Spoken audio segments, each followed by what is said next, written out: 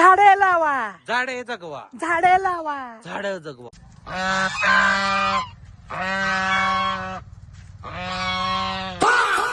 मी आणि सायल्या सहज फिरताना आम्हाला अशोक रोपवाटिका दिसली. आज जाऊन मालकानं विचारलं तर मालक म्हणाले आमच्या इकडे इंडोर आउटडोर 400+ व्हरायटी मिळतात. आपल्या तासगावात ही असली सगळी झाडं मिळतात वेगवेगळ्या प्रकारची.